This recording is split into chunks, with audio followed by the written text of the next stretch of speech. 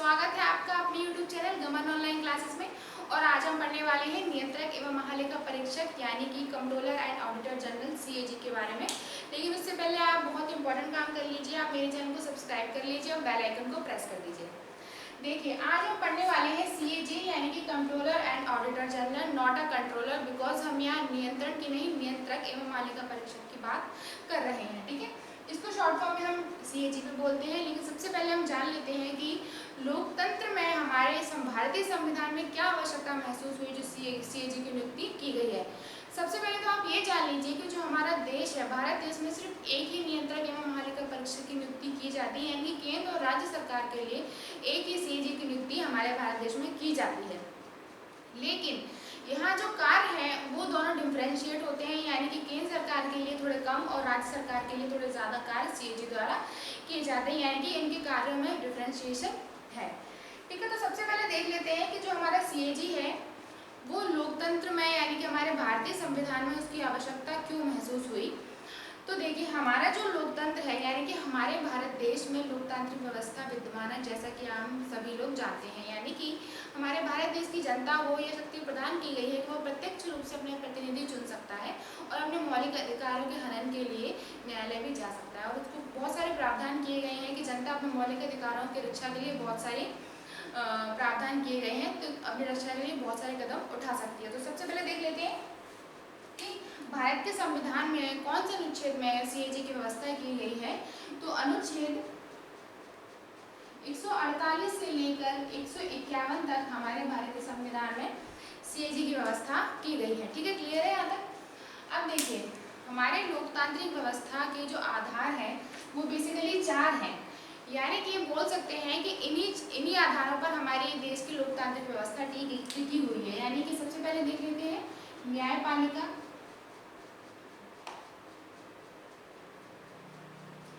दूसरा है आपका चुनाव आयोग, जो मैं आपको पिछले वीडियो में बता चुकी हूँ, सॉरी निर्वाचन आयोग के बारे में बताया है। तीसरा है आपका UPSC और चौथा है आपका CAG। ये मैं आपको बता चुकी हूँ और इसके बारे में आज हम चर्चा करने वाले हैं। देखिए, ये 4 जो संस्थाएं हैं इनको इतना महत्वपूर्ण क्यों माना गया है, यानी कि हमारे संविधान में इनको इतनी इम्पोर्टेंस क्यों दी गई है।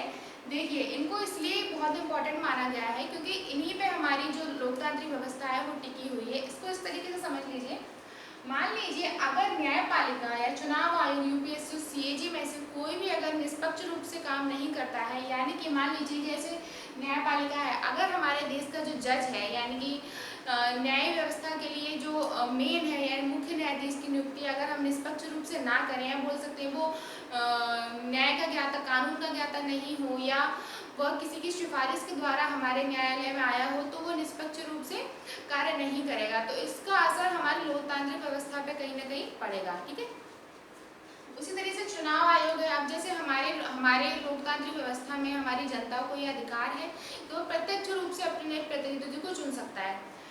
इसी तरीके से अगर चुनाव आयोग हम निष्पक्ष रूप से चुनाव नहीं कराएगा, यानी कि किसी तरीके की गड़बड़ी अगर की जाएगी, तो जो जनता द्वारा जनता जिसको वोट देती है वो ना अगर कोई और प्रतिनिधि आएगा, तो कहीं ना कहीं हमारे लोकतांत्रिक व्यवस्था की मौत मानी जाएगी। बोल सकते हैं कि हमारे लोकतांत्रिक जो अधिकार हैं उनका हनन कहीं ना कहीं होगा। थर्ड आता है UPSC यानी कि संघ लोक सेवा आयोग। इसमें जो प्रतिनिधि आते हैं यानी कि इसमें जो लोग नियुक्त किए जाते हैं वो भी कहीं ना कहीं हमारी व्यवस्था को और सरकार को चलाने में बहुत इंपॉर्टेंट रोल प्ले करते हैं। और CAG यानी कि जो हमारी सरकार की जो आय व्यय का लेखा जोखा होता है वो CAG द्वारा किया जाता है। क्लियर है यहाँ तक। अब देखिए, सबसे पहले जान लेते हैं कि CAG की जो नियुक्ति है उसके लिए क्या योग्यता है मतलब भारत संविधान में लागू की गई है। ठीक है, देखिए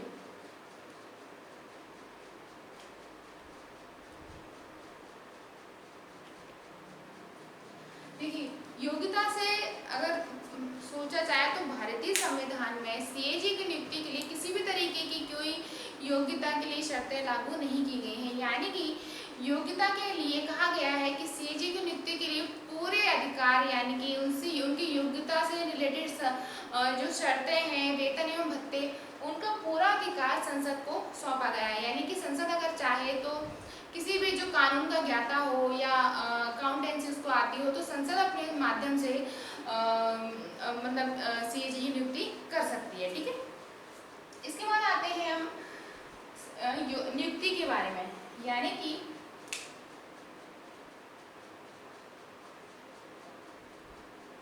नियुक्ति, देखिए सबसे पहले तो आप ये जान लीजिए कि जो सीएजी होता है उसकी नियुक्ति होती है, ना कि निर्वाचन। ठीक है, निर्वाचन और नियुक्ति में बहुत अंतर है। निर्वाचन जनता द्वारा, देश की जनता द्वारा प्रत्यक्ष रूप से किया जाता है, और नियुक्ति बेसिकली राष्ट्रपति द्वारा की जाती है मंत्रिपरिषद की सलाह से। ठीक है, अब देखिए जो ये सीएजी है यानी कि कैग है, इसकी नियुक्ति राष्ट्रपति करता है, लेकिन इसमें एक लोचा है, क्या है, राष्ट्रपति द्वारा तो की जाती है, लेकिन जैसा कि आप जानते हैं कि राष्ट्रपति को हमारे देश में एक रबड़ की मोहर मारा गया है। यानी कि वास्तविक शक्तियां जो है राष्ट्रपति की, वो बेसिकली मंत्रिपरिषद को प्रदान की गई है। यानी कि हम बोल सकते हैं मंत्रिपरिषद, तो हम कह सकते हैं कि जो राष्ट्रपति सीएजी की जो नियुक्ति करेगा वो बेसिकली मंत्रिपरिषद की सलाह से ही करेगा। यानी कि प्रत्यक्ष रूप से, यानी कि निष्पक्ष जो नियुक्ति की जाएगी वो कहीं ना कहीं नहीं होगी। जैसे कि आप समझ लीजिए कि मंत्रिपरिषद अगर चाहिए, मान लीजिए जैसे किसी भी स्टेट में या केंद्र सरकार द्वारा इसकी की जाती है, सॉरी स्टेट का तो जिक्र ही नहीं है, जैसे कि केंद्र सरकार संसद द्वारा इसकी नियुक्ति की जाएगी, तो केंद्र में जो सरकार बैठेगी उसी की सलाह से राष्ट्रपति उसकी नियुक्ति करेगा। क्लियर है यहाँ तक? इसका मतलब ये है कि मंत्रिपरिषद जिसको चाहेगी उसी व्यक्ति को तो सीएजी बनाएगी। तो ये व्यवस्था कहीं ना कहीं मेरे अकॉर्डिंग सही नहीं है। इसके लिए आप बेसिकली एक कॉलेजियम व्यवस्था की जानी चाहिए, जिसमें कानून के ज्ञाता और कुछ स्टेट लेवल से भी मतलब लोगों को उसमें शामिल किया जाना चाहिए। तो अभी जो लेकिन व्यवस्था है वो बेसिकली राष्ट्रपति द्वारा की जाती है मंत्रिपरिषद की सलाह से। ठीक है, क्लियर है? अब देखिए ये जो मतलब जो नियुक्ति की जाती है, यानी कि कैग के जो कार्य होते हैं वो बेसिकली होते हैं सरकार के आय और व्यय का लेखा जोखा करना। क्लियर है? देखिए सरकार जब प्रत्यक्ष रूप से चुनाव किए जाते हैं तो भारत की जनता द्वारा अपने प्रतिनिधि को चुना जाता है। ठीक है, उसके बाद क्या होता है कि जब वो प्रतिनिधि यानी कि जो सरकार हमारे स्टेट में या केंद्र में बनती है, तो वो अपने कार्य के लिए कहीं ना कहीं पैसा लगाती है। मतलब मतलब जो निधि होती है जो हमारे देश की, वो उस जो प्रतिनिधि उसमें चुन के आता है उसको सौंप दी जाती है। यानी कि उसका वो जो वास्तविक अधिकारी होता है वो प्रतिनिधि होता है जो जनता द्वारा चुना गया है प्रत्यक्ष रूप से। ठीक है, तो क्या होता है कि जो प्रतिनिधि जो हमारे जो निधि से, संचित निधि से जो खर्चा करता है, यानी कि किसी भी मैटर के लिए, यानी कि किसी भी कार्य के लिए जो खर्चा करता है, उसका जो लेखा जोखा होता है वो बेसिकली हमारे कैग द्वारा यानी कि सीएजी द्वारा किया जाता है। ठीक है, अब देखिए जो सीएजी है उसको देखिए, उसके कार्य को इस तरीके से समझिए।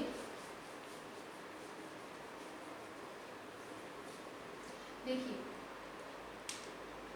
सीएजी के कार्य, देखिए सीएजी का कार्य होता है लेखांकन और लेखा परीक्षण। लेखांकन और लेखा परीक्षण।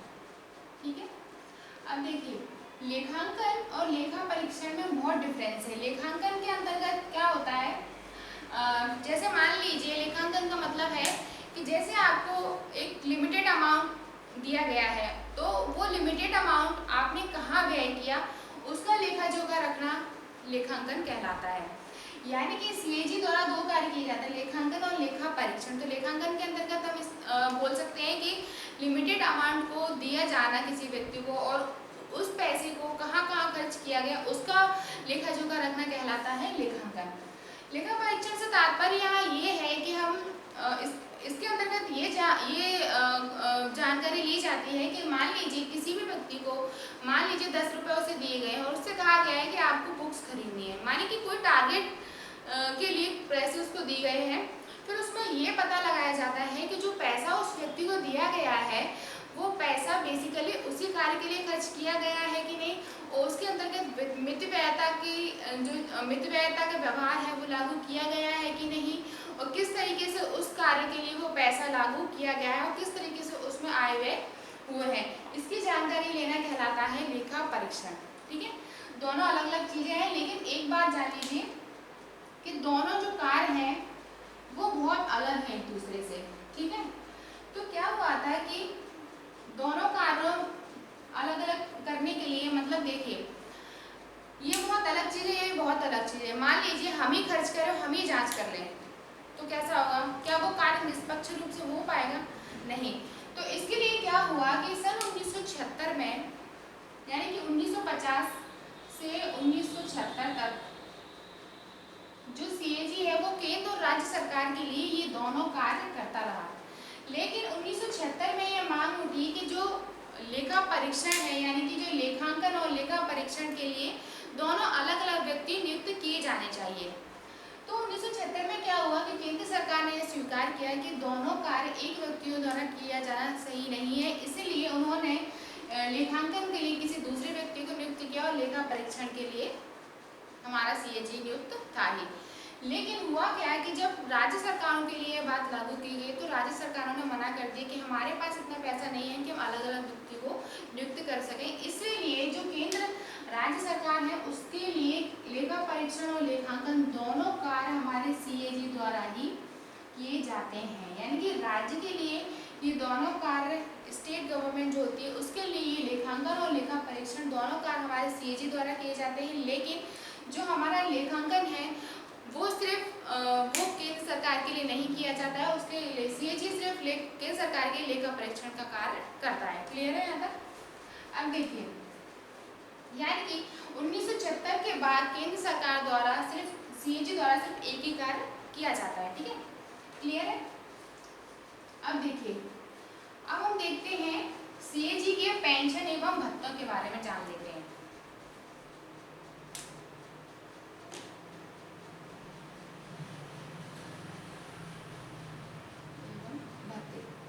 देखिए, मैंने आपको निर्वाचन आयोग पढ़ाया था, उससे पहले न्यायपालिका तो मैंने आपको पढ़ा दिया है। तो उसमें जो सेवा शर्तें लागू की गई हैं बेसिकली वो वही सेवा शर्तें हमारे सीएजी के लिए लागू की होती हैं, यानी कि इनके वेतन एवं भत्ते सिर्फ संसद द्वारा निर्धारित किए जाएंगे और एक बार इनके वेतन भत्ते निर्धारित होने के बाद इनके वेतन एवं भत्तों में किसी भी तरीके की कमी नहीं की जाएगी, यानी कि इनकी शक्तियों में कमी नहीं की जाएगी किसी बिना किसी कारणवश। लेकिन अगर वित्तीय आपात आता है तो उस स्थिति में थोड़े रूल्स चेंज हो जाते हैं, लेकिन इसको हटा दिया जाए तो इनके वेतन और भत्ते में किसी भी अलाभकारी, किसी भी तरीके का अलाभकारी परिवर्तन नहीं किया जाएगा। ठीक है, और इसकी पूरी जो रिस्पॉन्सिबिलिटी है वो संसद को प्रदान की गई है। ठीक है, तो यानी कि जो पेंशन और भत्ते हैं वो संसद द्वारा ही निर्धारित किए जाते हैं।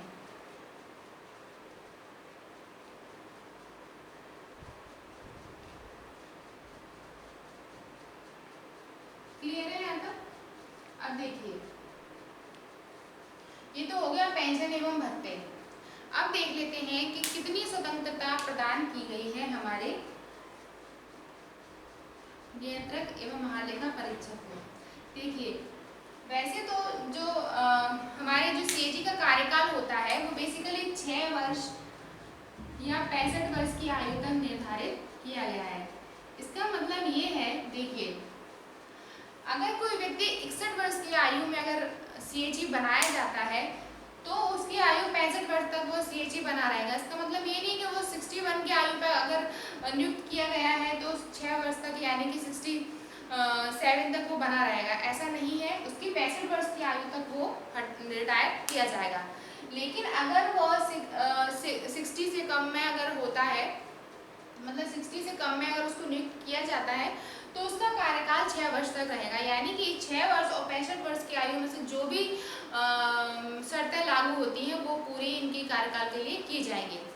और अपने कार्य पद पर रहते हुए सीएजी को स्वतंत्र रूप से कार्य करने का अधिकार प्रदान किया गया है भारतीय संविधान द्वारा। ठीक है, अब देखिए, अब ये जान लेते हैं कि इनको हटाया किस तरीके से जाता है। देखिए, कार्यकाल के दौरान इनको हटाने की प्रक्रिया वही लागू की गई है जो हमारे मुख्य न्यायाधीश के लिए लागू की गई थी, यानी कि विशेष बहुमत द्वारा, यानी कि संसद के लोकसभा और राज्यसभा दोनों द्वारा, दोनों के मतलब दोनों में विशेष बहुमत से जो मतलब जो प्रस्ताव पारित किया जाता है वो पारित कराया जाएगा। उसके बाद राष्ट्रपति उसको अपने पद से, यानी कि सीएजी को अपने पद से हटा सकता है। ठीक है। उसके अलावा सेकंड है उसमें कि अक्षमता और शारीरिक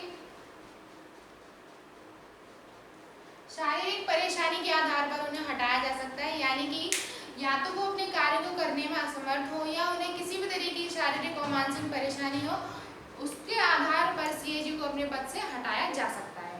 ठीक है। अब देखिए, जब राष्ट्रपति, एक इम्पॉर्टेंट बात जान लीजिए, जब राष्ट्रपति सीएजी को की नियुक्ति करता है तो एक वारंट जारी किया जाता है।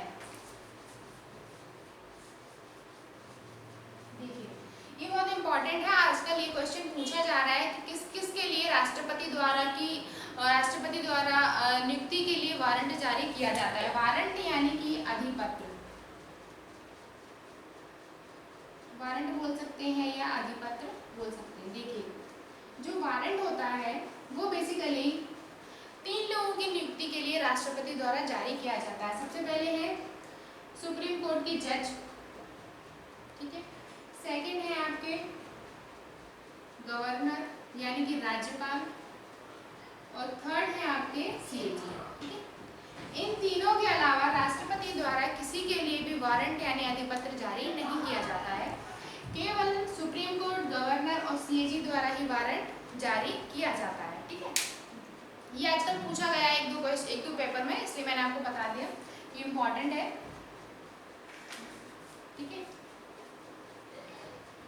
देखिए, तो अनुच्छेद मैं आपको बता रही थी, एक बार अनुच्छेद और देख लेते हैं कि अनुच्छेद 148 में सीएजी की नियुक्ति से संबंधित प्रावधान जारी किए गए हैं।